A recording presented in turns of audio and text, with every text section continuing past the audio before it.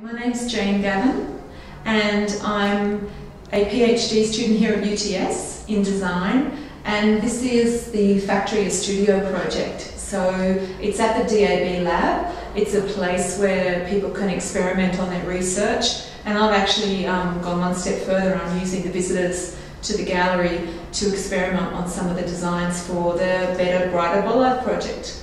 So the Better Brighter Bollard project comes out of the Factory as Studio research I'm doing, and the idea came when I hit a bollard on my way from Germany to Belgium.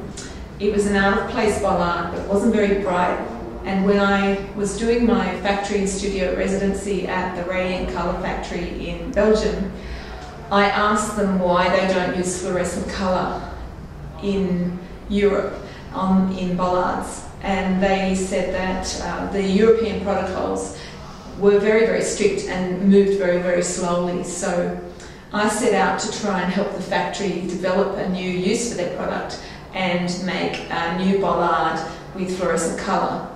The local town of Hasselt has agreed to use a Better Brighter bollard in their cultural festivals, and when we use the fluorescent colour bollards, I'm hoping to get some movement on the European Protocol Committee to change their thoughts on using fluorescent colour in the normal roadworks traffic bollards, which are quite dangerous at the moment.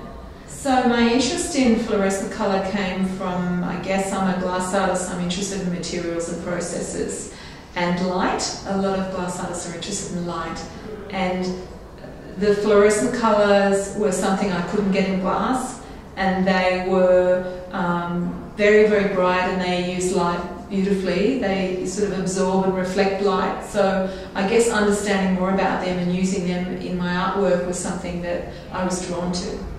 Okay, so I went to the Dayglow factory in Houtalen in Belgium.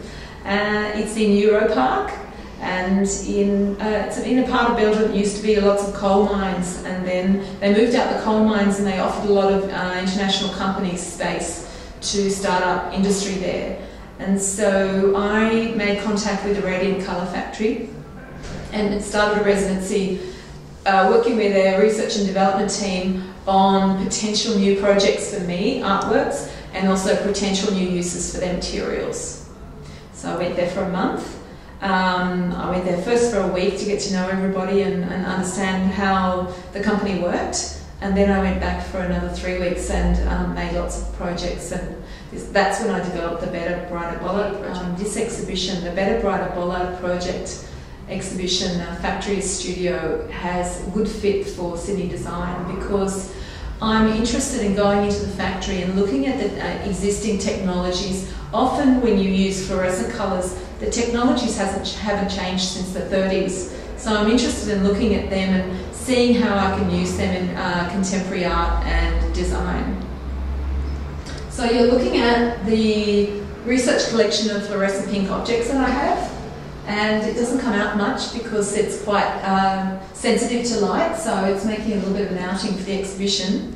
And I guess it helps me understand every time I collect a piece of it why designers choose to use this colour. So it helps me understand the thinking around the colour and the different choices that people make when they're using it in design and objects.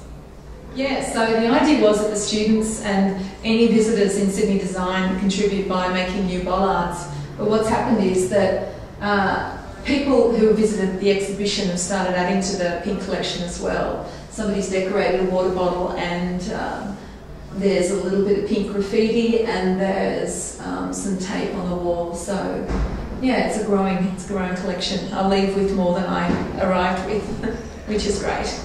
We're helping Jane out with her project. I don't even remember what they're called, but they're little things that she wants to change in Belgium because she hit them while she was driving. So I think the Belgian government has agreed to use them for cultural festivals.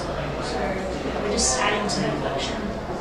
Yeah, and she told us that she's been inspired by a lot of fluorescent colours.